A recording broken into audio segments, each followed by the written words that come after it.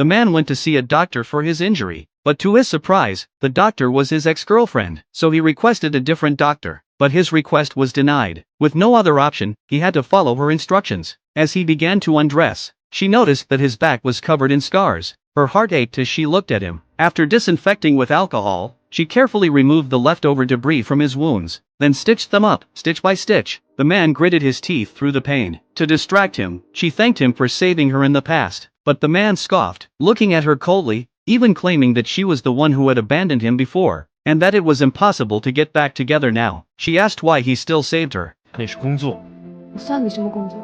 说呀，回答我呀！曾经喜欢过你。 At that moment, the man's female boss, who had a secret crush on him, walked in. She asked about his injuries with concern, and hurriedly helped him put his clothes back on. The woman watched her care for him, feeling a deep ache in her heart. Not long after, a colleague ran over to tell her that the driver rescued that day had tested positive for an infectious disease. She suddenly remembered that the man had been injured while saving her, and had close contact with the driver. After being notified, the man immediately gathered his team, and prepared to go to the hospital for tests. Watching him have his blood drawn, she quickly brought him antiviral medication. 3朋友4个人，你身上有伤，和患者有过近距离接触，感染风险最高，你应该先吃。